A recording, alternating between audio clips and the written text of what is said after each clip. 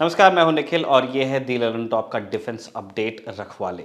एक बार फिर एक ऐसी खबर आई है जिसके बारे में रखवाले की जो टीम है, मैं और शिव और जतिन भी कैमरे के पीछे श्योर नहीं है कि ये स्ट्रिक्टली स्पीकिंग मिलिट्री नेचर का माना जाए या नहीं, लेकिन क्योंकि मामला नेशनल सिक्योरिटी से जुड़ा हुआ है इसलिए हम लोग इस हफ्ते भी डिस्कस करने वाले हैं। हिंदुस्तान का एक और टारगेट, एक मोस्ट वांटेड टेररिस्ट, उसकी हत्या हो गई है पाकिस्तान में। अबू हंजला इसका नाम है, लश्कर तोयबा से जुड़ा हुआ था, हाफिज़ सईद का करीबी था, लॉजिस्टिक्स और कम्युनिकेशन का एक एक्सपर्ट माना जाता था और कराची में पिछले दिनों इसकी अननोन गनमैन ने हत्या कर दी है। शिव, आपने भी इस अपडेट को ज़रूर देखा होगा। हम इस व्यक्ति के बारे में भी जानना चाहते हैं और हम आपका पहला रिएक्शन उस बात पे लेना चाहते हैं कि इस व्यक्ति के मरने के बाद हमें पता चला कि एक ऐसा व्यक्ति जिसके बारे में आप अगर एनआईए के वेबसाइट पे जाएंगे तो आपको एफआईआर मिलता है, आपको उस इंसिडेंट का बयान मिलता है। उसे आईएसआई ने 2 लेयर का सिक्योरिटी दिया हुआ था और उसके बाद हत्या हुई है। निखिल, ये एक बहुत ही दिलचस्प चीज़ है कि भारत के जो मोस्ट वांटेड आतंकवादी का जो लिस्ट है, अगर आप उनके सारे नाम देखोगे और उस लिस्ट में बहुत सारे नाम हैं। उस लिस्ट में से बहुत सारे ऐसे नाम हैं जो पाकिस्तान में शामिल हैं, जो पाकिस्तान के नागरिक हैं या जम्मू और कश्मीर से हैं और पाकिस्तान में अभी रहते हैं। और अगर आप वो लिस्ट में सारे नाम अब हम देखेंगे, जो नया नाम अभी आया है वो है हंजला अहमद, जो कराची में उसका किलिंग हुआ है। वो सारे ऐसे व्यक्ति हैं निखिल, जो ना सिर्फ पाकिस्तान में नागरिक हैं लेकिन उनके पास काफ़ी वीआईपी एक्सेस होता है, या वो ऐसे इलाकों में रहते हैं जहाँ पे उनके लिए सिक्योरिटी दी जाती है, या वो ऐसे शहर में रहते हैं जहाँ पे कैंटोनमेंट के पास उनका उनका ड्वेलिंग होता है, या फिर ऐसे शहर में रहते हैं जहाँ पे आतंकवादी संगठन के हेडक्वार्टर्स हुआ करते हैं, जैसे कि रावलपिंडी या ऐसे ही कुछ जगह। तो हंजला अहमद, ये एक ऐसा नाम जो शायद हमारे दर्शकों को इससे पहले सुना नहीं हो, क्योंकि ये एक ऐसा नाम है जो 2015-2016 में वो हेडलाइंस में आया था निखिल। 2015 में ये एक बीएसएफ, बॉर्डर सिक्योरिटी फोर्स का एक कॉन्वॉय था, उधमपुर के पास चल रहा था, वहाँ पे एक हमला हुआ था। तो हंजला अहमद का नाम बहुत कम आया था सामने, 2-3 न्यूज़ रिपोर्ट्स में उसका नाम आया था। उसके बाद चला गया था, क्योंकि अगर हम याद करेंगे तो 2015-2016 उस टाइम लाइन ऑफ कंट्रोल के पास बहुत हिंसा हो रहा था, बहुत एक्टिविटी था, इन्फिल्ट्रेशन तो जारी था, सीज फायर वायलेशंस रोज हुआ करते थे लाइन ऑफ कंट्रोल के पार। तो इसलिए वो एक स्टैटिस्टिक बन गया था कि एक और हमला, एक और आतंकवादी। तो ये हंजला अहमद का नाम अभी जो हेडलाइन में आया है, ये पहला नहीं है इस साल में। पहले निखिल, अरविंद ओझा जो हमारे क्राइम के ब्यूरो चीफ हैं इंडिया टुडे ग्रुप में, उनके रिपोर्टिंग के मुताबिक ये 16 आतंकवादी है जो टर्न्ड अप डेड पाकिस्तान में, और जो मतलब ऑफिशियल इन्वेस्टिगेशन में ये लिखा गया है अननोन असेलेंट या अननोन गनमैन। जो अभी इस हफ्ते अननोन गनमैन ट्रेंड भी हो रहा है सोशल मीडिया पे, क्योंकि वो एक मीडिया का क्रिएशन ही नहीं है निखिल। बहुत लोग सोचते हैं कि लोग अननोन गनमैन बोल के बहुत खुश हो रहे हैं, लेकिन ये अननोन गनमैन एक्चुअली वो पुलिस रिपोर्ट्स में लिखा होता है। जो पाकिस्तान में इन्वेस्टिगेशन होता है, एफआईआर होता है, उसमें अननोन गनमैन या अननोन असेलेंट ऑफिशियली लिखा जाता है। तो वहाँ से ये फ्रेज जो है वो सामने आया है। और अब अगर एक देश में एक साल में 16 ऐसे लोग हैं जो भारत के मोस्ट वांटेड लिस्ट पर हैं और वो मिस्टीरियसली उनकी मौत हो जाती है, और आई थिंक हर एफआईआर में अननोन गनमैन या अननोन अटैकर्स या अननोन असेलेंट्स लिखा जाता है, तो एक पैटर्न बन जाता है निखिल। तो इसलिए वो सामने आया है।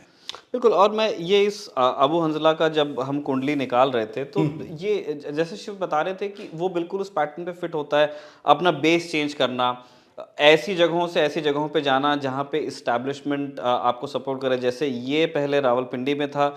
रावलपिंडी आप जानते हैं पाकिस्तान की कैपिटल के बिल्कुल बगल में है। बहुत सारे मिलिट्री इस्टेब्लिशमेंट्स वहाँ पे हैं, और उसके बाद जो पाकिस्तान का सबसे बड़ा शहर है कराची, वहाँ जाके रहता था। 2 लेयर की इसके पास में सिक्योरिटी थी, लेकिन जो इस पे हमला हुआ वो इतनी सटीक उनके पास जानकारी या इतना बढ़िया उनका एम था कि जब उसे ये अब्बासी शहीद हॉस्पिटल ले जाया गया तब इसकी जान बची नहीं। और जैसे शिव बता रहे हैं, कॉनवॉयज़ को हिट करना इसका तौर तरीका था, ओवरग्राउंड वर्कर्स को सपोर्ट करना, उनसे कम्युनिकेशन इस्टेब्लिश करना। और ये व्यक्ति वहाँ की पॉलिटिक्स में एक्टिव था। मिल्ली मुस्लिम लीग जो कि एक जमात उद दावा का एक पॉलिटिकल आउटफिट है, वहाँ से ये काउंसलर भी रह चुका था। शिव, हम जानना चाहते हैं कि अब इस चीज़ को लेकर के 2 मत हो सकते हैं। आप एक लिस्ट बता रहे हैं, एक लिस्ट हमने भी बताई, 16 लोगों की लिस्ट है। अकरम गाजी की किलिंग हुई है खैबर पख्तूनवा में। फिर ख्वाजा शाहिद की किलिंग हुई है, वो उसको अबडक्ट किया गया और फिर एलओसी के पास उसको बेहेड किया गया। रियाज अहमद है, उसकी रावलकोट में जो कि पीओके में है, एक मॉस्क के बाहर उसकी किलिंग हुई। एक शाहिद लतीफ़ की, जो पठानकोट अटैक के मास्टरमाइंड्स में से बताया जाता है, सियालकोट में उसकी किलिंग हुई है। तो और आप बता रहे हैं कि नंबर 16 है। तो इसके अब पाकिस्तान, जैसे आप कह रहे थे कि जो पुलिस रिपोर्ट्स में जो पुलिस चीफ्स होते हैं वहाँ के, जो एसएसपी होते हैं, वो कहते हैं कि अनमास गनमैन, लेकिन हमने जब डॉन जो पाकिस्तान का एक ठीक अखबार है उसमें हमने पढ़ा, तो उसमें धीरे धीरे अब वहाँ के ऑफिशियल्स भी इशारा करने लगे हैं फॉरेन एजेंसी। नाम उन्होंने नहीं लिया, लेकिन वो ऑब्वियसली अगर पाकिस्तानी किसी फॉरेन एजेंसी को ब्लेम कर रहे हैं तो वो RNAW है। मेरा डाउट सिर्फ 2 तरह का है। एक इजी एक्सप्लेनेशन तो ये है कि ये कोई इंडियन कोवर्ट ऑपरेशन है, जो एक एक करके देयर इज अ लिस्ट, और एक एक लिस्ट में लोगों को हिट किया जा रहा है, और उसके लिए कनाडा और यूएस में जो हुआ उसका एग्जांपल भी है। दूसरा एक्सप्लेनेशन स्पेसिफिक टू पाकिस्तान ये भी है कि हो सकता है कि पाकिस्तानी एस्टैब्लिशमेंट को ही अब ये सो कॉल्ड असेट्स या जो ये लोग हैं, उनको लगता होगा कि उनकी सिक्योरिटी के लिए डेट्रीमेंटल है, इसीलिए वो लोग खुद एलिमिनेट कर रहे हैं। इन दोनों में से आपकी राय में क्या हो रहा है? देखिए, ये जो इंटेलिजेंस और कोवर्ट ऑपरेशंस जो बोलते हैं हम, ये दुनिया इसमें कोई क्लैरिटी कभी मिलेगा ही नहीं। अगर हम एक clear black and white answer के लिए ढूंढेंगे तो वो सामने कभी नहीं आएगा। लेकिन आपका सवाल बहुत ही इम्पोर्टेंट है, क्योंकि दोनों सिचुएशन जो आप बोल रहे हैं वो दोनों सही हो सकते हैं। क्योंकि मैं इसलिए मैं ये बता रहा हूँ, और मैंने अभी एक शो भी किया है इस पर। और पहले मैं ये जो आतंकवादियों के नाम हैं, क्योंकि ये एक पैटर्न बन चुका है, और उसके बाद मैं आपका सवाल का जवाब करता हूँ।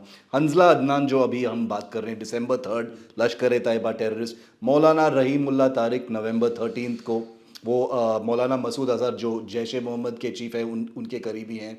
अकरम खान November 9 लश्कर तैयबा के एक चीफ हैं, head of LET recruitment cell. Khwaja Shahid November 5 head of Lashkar Taiba commander हैं।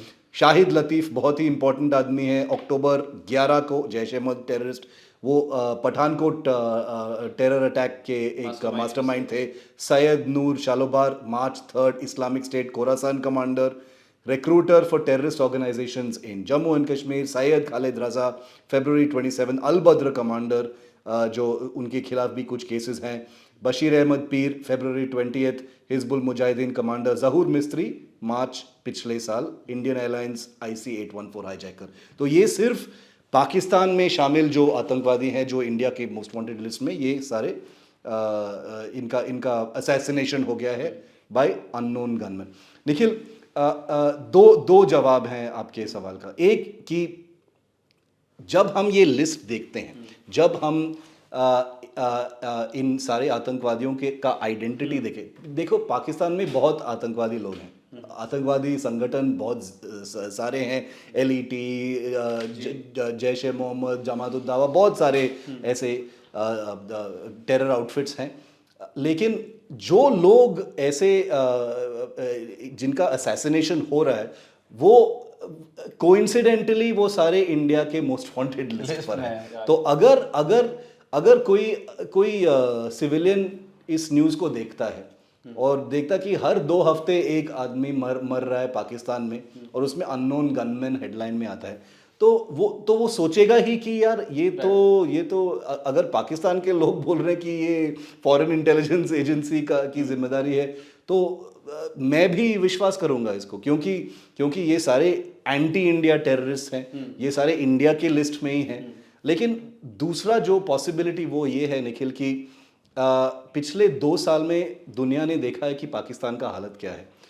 वहाँ पे अगर आप इकोनॉमी देखोगे, पॉलिटिक्स देखोगे, जो जो जो गवर्नमेंट कलैप्स हुआ है इमरान खान के अंदर के टाइम में, और अभी जो स्थिति है पाकिस्तान में सुरक्षा को लेकर, इकोनॉमी को लेकर, सोशल लेकर, इंटरनेशनल रिलेशंस को लेकर, एक ऐतिहासिक लो है। It's a historic low for Pakistan.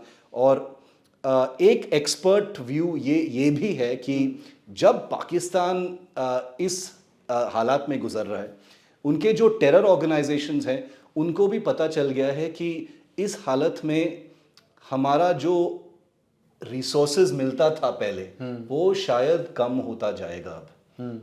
हमारा जो यूज़ है वो कम होता जाएगा अब, क्योंकि कश्मीर में भी काफ़ी इम्प्रूवमेंट्स हो रहे हैं। अभी जो पाकिस्तान का डीप स्टेट है, उनका जो प्रायोरिटी है अभी, वो पाकिस्तान को ही संभालने में लग गया है और ज़्यादा है। तो इसलिए ये आतंकवादी संगठनों के बीच में भी एक कंपटीशन बन गया निखिल। तो अगर कोई बोलेगा कि ये फॉरेन इंटेलिजेंस एजेंसी ने नहीं किया, हंजला अहमद को इंडियन इंटेलिजेंस ने नहीं मारा है, लेकिन उनके बीच में जो दुश्मनी है, जो कंपटीशन है, राइवलरी है, ऑलमोस्ट एक गैंग वॉर की तरफ, एलईटी, जेईएम, ये सारे संगठनों के बीच में जो एनिमोसिटी है, उसका अंजाम है ये, वो भी हो सकता है। शिव, मैंने ये सवाल पूछा इसलिए था क्योंकि जैसे मैं कह रहा हूँ ना कि कन्वीनियंट एक्सप्लेनेशंस के साथ प्रॉब्लम ये है कि वो सुनने में बहुत अच्छे लगते हैं, लेकिन ये पहली बार तो नहीं है कि इंडियन एजेंसीज ने कोशिश की हो किसी को पाकिस्तान में या तो हिट करने की या अप्रेहेंड करने की, डिस्टेबलाइज करना बलूचिस्तान। ये सारी चीज़ें तो 70 साल से जो हिस्ट्री है उसमें वो लोग करते हैं, हम लोग करते हैं। ये दोनों तरफ के एक इंटेलिजेंस एजेंसीज के बीच का जो कॉन्टेस्ट है वो कभी खत्म हुआ ही नहीं है। कैट एंड माउस, ये कैट एंड माउस चल रहा है और वो करके जाते हैं, फिर ये करते हैं। लेकिन अब हम देख रहे हैं कि उसका success rate, if at all ये एक इंडियन ऑपरेशन था, वो बहुत ऊपर जा रहा है, क्योंकि वो लिस्ट अब हमारे सामने आ गई है।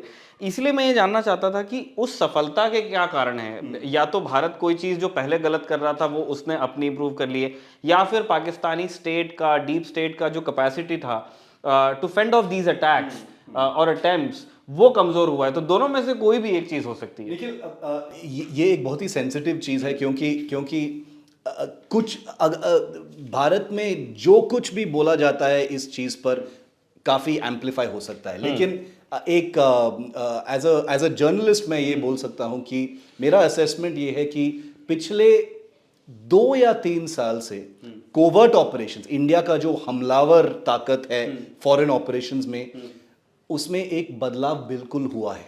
एक बदलाव बिल्कुल हुआ है। मैं ये नहीं बोल रहा हूं कि हमारे पास ये डेथ स्क्वाड्स है या असैसिनेशन स्क्वाड्स है, लेकिन बाहर का जो ऑपरेशंस है उसमें डेफिनेटली एक एस्केलेशन हुआ है। अगर आप इसको डेथ स्क्वाड्स बोलोगे, मुझे पता नहीं, क्योंकि मेरे पास कोई प्रूफ नहीं है। काउंटर इंटेलिजेंस या जासूसी ऑपरेशंस, ऐसा जो है उसमें एक बदलाव बिल्कुल आ चुका है। क्योंकि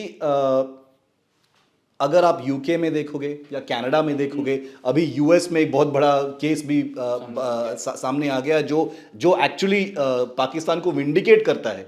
जो यूएस में हो रहा है और कनाडा में हो रहा है, पाकिस्तान उठ के बोल सकता है कि हम तो पहले से बोलते थे कि ये इंडिया का फॉरेन इंटेलिजेंस का काम है, लेकिन वो बिल्कुल सही नहीं है, क्योंकि इंडिया का हमेशा एक स्टैंडर्ड रिस्पॉन्स हुआ है कि ये this is not part of our way of doing things, ऐसा।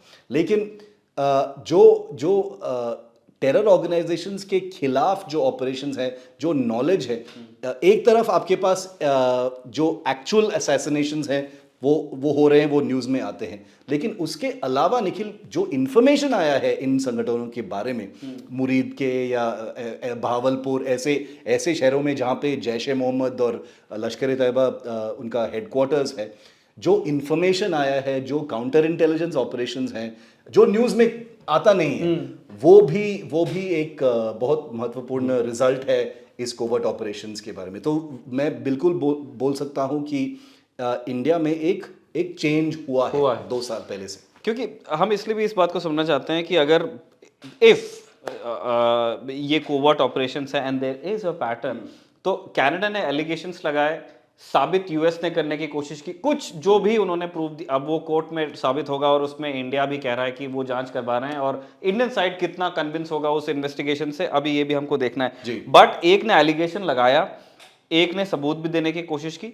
पाकिस्तान, जिसके यहाँ आप बता रहे हैं 12-14 की लिस्ट है, कुछ तो उसमें इंडियन नेशनल है जो जहां वहां जाकर के छुपे हुए थे, उनके किलिंग्स हैं, और कुछ पाकिस्तानी नेशनल्स हैं। पाकिस्तान ने अभी तक के इन सारी चीज़ों को कंपाइल करके एक व्यवस्थित तरीके से कोई बात कहने की कोशिश नहीं की है। मतलब मैं जानना चाहता हूं कि अगर मान लिया जाए कि ये एक इंडियन ऑपरेशन है, तो पाकिस्तान उसको खुल के कहना भी नहीं चाह रहा है, ना वो कोई सबूत इकट्ठा कर पा रहे हैं। मैं इसी पॉलिटिक्स को समझना चाह रहा हूं कि अगर ये कोई इंडियन ऑपरेशन है तो पाकिस्तान इससे होने क्यों दे रहा है? वो कभी कंपाइल कर ही नहीं सकते निखिल, क्योंकि अगर वो कंपाइल करके इसको एक्सटर्नलाइज या इंटरनेशनलाइज करेंगे तो उनका पोल खुल जाएगी। क्योंकि ये जो लोग हैं जो मर रहे हैं, ये तो मामूली नागरिक तो है ही नहीं। ये सारी दुनिया जानती है, ये प्रोपेगेंडा की बात नहीं है। ये तो लश्कर तैयबा के मेंबर्स हैं, ये तो जैश ए मोहम्मद के मेंबर्स हैं, ये तो अल बद्र के मेंबर्स हैं, ये हिजबुल मुजाहिदीन के मेंबर्स हैं। हम तो डिबेट बिल्कुल कर सकते हैं कि क्या ये टेररिस्ट हैं, वो उनके लिए टेररिस्ट नहीं है, नहीं, ये डेजिग्नेटेड फाइटर्स हैं, वो सब रहने दो। लश्कर तैयबा और जैश ए मोहम्मद इंडिया के सबसे बड़े आतंकवादी हमले के लिए जिम्मेदार हैं, और ये एक्नॉलेजमेंट दुनिया से मिलता है। तो ऐसा नहीं है कि ये आतंकवादी है नहीं, ये तो इट इज एस्टैब्लिश कि ये टेररिस्ट ही हैं जो मर रहे हैं। पाकिस्तान के लिए ये एक बहुत ही एक दुविधा बन गया कि क्योंकि उनके लिए अगर वो इस चीज कुलभूषण जाधव जैसे इंसिडेंट को उन्होंने एक्सटर्नलाइज किया, इंटरनेशनलाइज किया था, क्योंकि वो एक अलग चीज था। लेकिन इस चीज में Pakistan has a lot to hide. Pakistan के पास जो छुपाने के लिए जो इतना है, उनके डीप स्टेट नेटवर्क, उनके जो फंडिंग हुआ है लश्कर तैयबा और जैश ए मोहम्मद को, जो अनआंसर्ड क्वेश्चंस जो सामने आएंगे, पाकिस्तान नहीं चाहता है कि ये सब दुनिया के ध्यान में आ जाए। कि जो हंजला अहमद, उदाहरण देता हूँ, हंजला अहमद के पास इतना ट्विन लेयर सिक्योरिटी क्यों था? वो कराची में इस इलाके में क्यों था? जो दाऊद मलिक जो है जैश ए मोहम्मद का, जो मौलाना मसूद अजहर के करीबी आदमी थे, वो रावलपिंडी में क्यों थे? वो एक कैंटोनमेंट एरिया में क्यों शामिल थे? ऐसे जो मैंने ये लिस्ट पढ़ा है निखिल, अगर हम थोड़ा डीपली जाएंगे इस डिटेल्स में, ये सारे लोग जो हैं ऐसे इलाकों में या पकड़े गए हैं या मारे गए हैं जहाँ पे एक्सेस मामूली नागरिक को मिलता नहीं है। इनके पास एक्सेस था, इनके पास सुरक्षा था, इनके पास स्टेट प्रोटेक्शन था, इनके पास सिक्योरिटी गार्ड्स थे। तो अगर पाकिस्तान ये सारे इंफॉर्मेशन कंपाइल करके एक इंटरनेशनल इशू बनना चाहता है, उनको भी पता है कि उनके पोल खुल जाएंगे। इसलिए वो इशारों जो कहना चाहते हैं वो इशारों वो कुछ कर ही नहीं सकते इसके बारे में। वो अननोन गनमैन बोल के रहने देंगे, क्योंकि और कुछ नहीं कर सकते वो। क्या ये पॉसिबिलिटी है शिव, अब हम बिल्कुल कयासों में और अनुमानों की तरफ जा रहे हैं, क्या ऐसा हो सकता है कि जो पाकिस्तानी डीप स्टेट है उसने भी अपनी एक लिस्ट कंपाइल कर दी है कि कौन एक्सपेंडेबल है और किसकी सिक्योरिटी पे अब इन्वेस्ट करना है? अगर हम बात करेंगे किसके सिक्योरिटी पर इन्वेस्ट करना है, वो है मौलाना मसूद अजहर, वो है हाफिज़ मोहम्मद सईद, वो है सैयद सलाउद्दीन, वो है दाऊद इब्राहिम।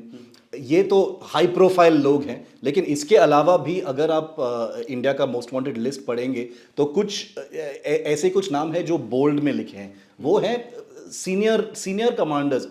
जब हम ये लिस्ट पढ़ते हैं तो बहुत सारे उनके डिस्क्रिप्शंस हैं कि कमांडर है या सीनियर कमांडर है या लॉजिस्टिक्स हेड है, वो सब ठीक है। लेकिन इंडिया को पता है, भारत को पता है कि इस लिस्ट में कि कौन एक्सपेंडेबल है और कौन मेन चीज है। अगर हम एक पब्लिक डोमेन से इस न्यूज को देखेंगे निखिल, लोग ये भी बोल सकते हैं कि जो पाकिस्तान जो इल्ज़ाम लगा रहा है कि ये इंडिया का रॉ ये सब करवा रहा है, अगर इंडिया का रॉ के पास इतना क्षमता है, इतना कैपेबिलिटी है कि घर में घुस के इंडिया के आतंकवादियों को मारना, तो क्यों नहीं हम मौलाना मसूद अजहर को मार देते, या हाफिज मोहम्मद सईद, या Dawood Ibrahim. The biggest of course is Dawood Ibrahim, जो पाकिस्तान में लॉन्गेस्ट रहा है। और वो उसी में आपका सवाल का जवाब है। ऐसे कुछ आतंकवादी लीडर्स या मास्टरमाइंड्स हैं जिनके पास मतलब गवर्नमेंट लेवल सिक्योरिटी मिलता है, वीवीआईपी सिक्योरिटी। आई थिंक 1 साल पहले या 2 साल पहले जो न्यूज़ में आया था, जो कंफर्मेशन कभी पब्लिक में नहीं आएगा, कि मौलाना मसूद अजहर निखिल, जो जैश ए मोहम्मद के चीफ हैं, फाउंडर हैं, जो IC-814 में एक्सचेंज हुए थे, जो कितने सारे टेरर अटैक्स के लिए रिस्पॉन्सिबल और मास्टरमाइंड है, उनके ऊपर एक ऑपरेशन था जो बहुत नज़दीक चल गया था, लेकिन वो लास्ट मिनट में उनको टिप ऑफ मिल गया था, ये पेशावर में शायद था, और वो बच गए थे। लेकिन वो घायल हो गए थे, और वो रावलपिंडी के जो कैंटोनमेंट आर्मी हॉस्पिटल, जो है जनरल हॉस्पिटल है आर्मी के, वहाँ पे 1 या 1.5 साल के लिए वहाँ पे एक आइसोलेटेड एरिया में एक प्रोटेक्टेड प्रिजनर की तरीके से उनका इलाज हुआ था। तो ऐसा नहीं है कि अटेम्प्ट्स नहीं हुए हैं उनके लाइफ पर। मैं नहीं बोल रहा हूँ कि कौन कर रहा है ये अटेम्प्ट्स, लेकिन अटेम्प्ट्स हुए हैं। लेकिन हाफिज मोहम्मद सईद, मौलाना मसूद अजहर, ऐसे कुछ लोग हैं जिनका जो उनका Z+ सिक्योरिटी टाइप का कह सकते हैं। और मतलब एक स्मॉल नोट मैं बोल सकता हूँ निखिल, कि हंजला अहमद जैसे लोग जिनके पास ट्विन लेयर्ड सिक्योरिटी होता है। पाकिस्तान एक ऐसा देश है जो जिसका इंटेलिजेंस एजेंसी ISI एक बहुत ही खतरनाक एजेंसी है। बिल्कुल। वो भारत का दुश्मन, उन्हें हल्के में नहीं लेना चाहिए, वो ये कई दर्शक गलती करते हैं। भारत का दुश्मन है। लेकिन अगर हम टेक्निकली देखेंगे, थियोरेटिकली देखेंगे, ISI जो पाकिस्तान के लिए करता है वो बढ़िया काम कर रहा है। पाकिस्तान के इंटरेस्ट के लिए जो कर रहा है वो बढ़िया काम कर रहा है। हमारा दुश्मन है ISI, लेकिन वो जो प्रोटेक्शन देता है इन ऐसे आतंकी चीफ्स को, अच्छी होती है, वो बहुत ही अच्छी होती है। उनका नज़र काफ़ी वाइड होता है, उनको पता होता है कि क्या हो रहा है, क्या नहीं हो रहा है। तो इसलिए ऐसे आतंकवादियों को के पास नज़दीक आना और उनको मारना बहुत ही मुश्किल चीज़ है पाकिस्तान में। तो शिव, मुझे ऐसा लगता है कि आने वाले दिनों में हम और इस तरह की खबरें देखेंगे, जिसमें कि जो इंडिया की मोस्ट वांटेड लिस्ट है उसमें और लोग पाकिस्तानों की जेलों में जाएंगे, क्योंकि जेल एक बड़ी सेफ जगह मानी जाती है इन लोगों के लिए। जेल में जाके कुछ करना इस तरह का बड़ा मुश्किल होता है।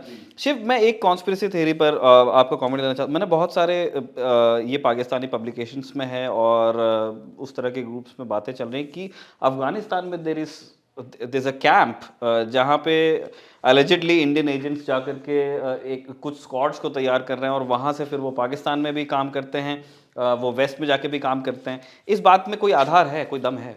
निखिल, अफगानिस्तान में राज कौन कर रहा है अभी? वो है तालिबान, ठीक है। तो इंडिया थोड़ा बैकफुट में है अभी। अगर हम सच बोलेंगे तो अभी जो हो रहा है अफगानिस्तान में, पाकिस्तान का राज है वहाँ पे अभी। US का राज खत्म हो गया है। इंडिया का जो अच्छा चल रहा था अफगानिस्तान में, वो थोड़ा पीछे हट गया है, क्योंकि अब तालिबान का राज है। तालिबान के जो मास्टर्स हैं, जो उनको हथियार देते हैं, जो पैसे देते हैं, वो है पाकिस्तान का ISI। एक हिस्सा तो पाकिस्तान का ISI है। तो ये कॉन्स्पिरेसी थियोरीज जो है, जो इंडिया का एक कैंप है वहाँ पे, कोवर्ट कैंप है नॉर्थ अफगानिस्तान में, जहाँ पे वो ट्रेन करते हैं डेथ स्क्वाड्स को, ये दिलचस्प तो बिल्कुल लगता है निखिल। और अफगानिस्तान हमको भूलना नहीं चाहिए कि एक बड़ा देश है। ऐसा नहीं है कि तालिबान का पूरा राज है। ऐसे कुछ पॉकेट्स ऑफ रेजिस्टेंस तो बिल्कुल हैं नॉर्थ अफगानिस्तान में, जहाँ पे कुछ पॉकेट्स ऑफ रेजिस्टेंस अभी भी हैं, जो इंडिया के करीब हैं, फ्रेंडली एरियाज हैं, जहाँ पे ये सब हो सकता है। लेकिन एक डेफिनेट जवाब तो हम कभी नहीं दे सकते हैं। दूसरी चीज़, जो डेथ स्क्वाड्स हैं, वो ना सिर्फ अफगानिस्तान में हो सकते हैं, वो कहीं और भी हो सकते हैं निखिल। ऐसा नहीं है कि सिर्फ अफगानिस्तान में होना है। इंडिया के पास और भी ऑप्शंस हैं जहां पे अगर ये हो रहा है, अगर ये सच है कि डेथ स्क्वाड्स एक्चुअली ट्रेन हो रहे हैं, तो कहीं भी हो वो, सकते हैं। अफगानिस्तान के अलावा और भी ऑप्शंस हैं इंडिया के पास। और वैसे मुझे दो वजहों से शिव इस मैंने इसलिए पूछा भी इस कॉन्स्पिरेसी थ्योरी को, होगा सच तो किसी को पता नहीं, हमने जाके देखा नहीं, बट वन, जैसे आपने कहा वहां पे रूल है तालिबान का, तो Correct. पाकिस्तान को सीधे तालिबान से बात करनी चाहिए, वन। टू, पाकिस्तान के अंदर इस तरह के शार्प शूटर्स को स्पॉट करना, ढूंढना, उन्हें पैसे देके कुछ करने के लिए मोटिवेट करना इज वेरी इजी। कराची का आप वहां पे मर्डर्स का आप रेट देखेंगे, पर कैपिटा मर्डर्स, वो दुनिया के सबसे बिल्कुल, डेंजरस शहरों में से है। बिल्कुल। वहां पे आपको अफगानिस्तान से शूटर ला करके करवाने की जरूरत पड़ेगी नहीं, लोकली मिल जाएंगे, लोकल मिल जाएंगे। शिव, हम इस टॉपिक से आगे बढ़ रहे हैं। हमने कुछ दिनों से बात नहीं की थी इस बारे में, लेकिन अब करनी पड़ रही है। 4 दिसंबर को एक दुखद खबर आई। डुंडीगल में जो एयरफोर्स एकेडमी है वहाँ से एक पिलेटस PC-7 मार्क II ने उड़ान भरी थी। उसमें एक पायलट कैडेट थे, एक इंस्ट्रक्टर थे। एक एक्सीडेंट हुआ, ये प्लेन क्रैश कर गया और दोनों पायलट्स की मृत्यु हो गई है। हम रखवाले की पूरी टीम, एयरफोर्स और जो परिवार हैं, जो दोस्त हैं, उन सब के साथ इस दुख की घड़ी में खड़े हैं। शिव, इस घटना के बारे में क्या कोई ज़्यादा जानकारी आई है? एयरफोर्स ने कहा तो है कि कोर्ट ऑफ इंक्वायरी वो करवा रहे हैं। निखिल, अभी तक कोई डिटेल सामने नहीं आया। अभी तक जो जानकारी मिली है एयरफोर्स से, और जो हमने भी बात की है कुछ सूत्र जो हैं एयरफोर्स एकेडमी में, उनका कहना है कि ये एक बहुत ही रूटीन फ्लाइट था। फ्लाइट इंस्ट्रक्टर जो थे, स्क्वाड्रन लीडर अभिमन्यु राय थे, जो एक बहुत ही अच्छे फाइटर पायलट थे, वो सारे एयरक्राफ्ट उड़ाते थे। और जो कैडेट थे वो वियतनाम के थे। निखिल, वो बहुत और भी दुखद है कि एक फॉरेन से आके हमारे एयरफोर्स एकेडमी में फ्लाइंग सीख रहे थे। वो एक यंग वियतनामीज पायलट कैडेट थे, उनका भी मृत्यु हुआ है इस इंसिडेंट में। ये जो दुर्घटना है निखिल, ये जो पिलेटस PC-7 जो एक स्विस ट्रेनर एयरक्राफ्ट है, उसका पहला क्रैश है इंडिया में। तो हमारे क्योंकि पास नए एयरक्राफ्ट हैं, 2012 में लिए गए। 2012 में लिए हैं। ये आई थिंक 70 के ऊपर नंबर हमारे पास हैं। और ये ऑब्वियसली बहुत सेफ एयरक्राफ्ट है। ये एक बहुत ही सिंपल मामूली सा वर्ल्ड ओवर aircraft यूज है। होता है पिलेटस। ये एक प्रोपेलर एयरक्राफ्ट है जो ट्रेनिंग के लिए इस्तेमाल होता है। वो बेसिक ट्रेनिंग के लिए जो इस्तेमाल होता है। अभी वो कोर्ट ऑफ इंक्वायरी जारी है, हमारे पास कोई जानकारी नहीं है। लेकिन बेसिक ट्रेनिंग में ऐसा कोई एक्सट्रीम मनूवर्स या एक्सट्रीम उड़ान नहीं होता है निखिल। ये बेसिकली बेसिक ट्रेनिंग ऐसे एयरक्राफ्ट में जो होता है वो है handling, basic flying, instruments training, ऐसा होता है। तो मुझे नहीं लगता है कि कोई कुछ एक्सट्रीम हुआ होगा, लेकिन देखना पड़ेगा। क्योंकि जैसे आपने बताया कि ये जो विमान है ये नए हैं, वो क्वालिटी भी अच्छे हैं ऐसे विमान के, तो कुछ भी हो सकता है निखिल। एविएशन एक्सीडेंट्स में तो बहुत सारे और काफ़ी कम टाइम होता है इन सारी चीज़ों को संभालने के लिए, क्योंकि जो प्रत्यक्षदर्शी हैं जिन्होंने देखा ज़मीन से, उनका कहना है कि ये काफ़ी स्पिन किया एयरक्राफ्ट और उसके बाद एक हिलक पे, एक छोटी सी पहाड़ी पे ये क्रैश कर गया। जब इस घटना के बारे में ज़्यादा जानकारी सामने आएगी तो उससे भी आप रखवाले में डिस्कस होते हुए देखेंगे। आज का रखवाले हम यहीं पे कंक्लूड कर रहे हैं। आपने देखा इसे, इसके लिए आपका शुक्रिया, और शुक्रिया शिव आपके वक्त का भी। Thank you.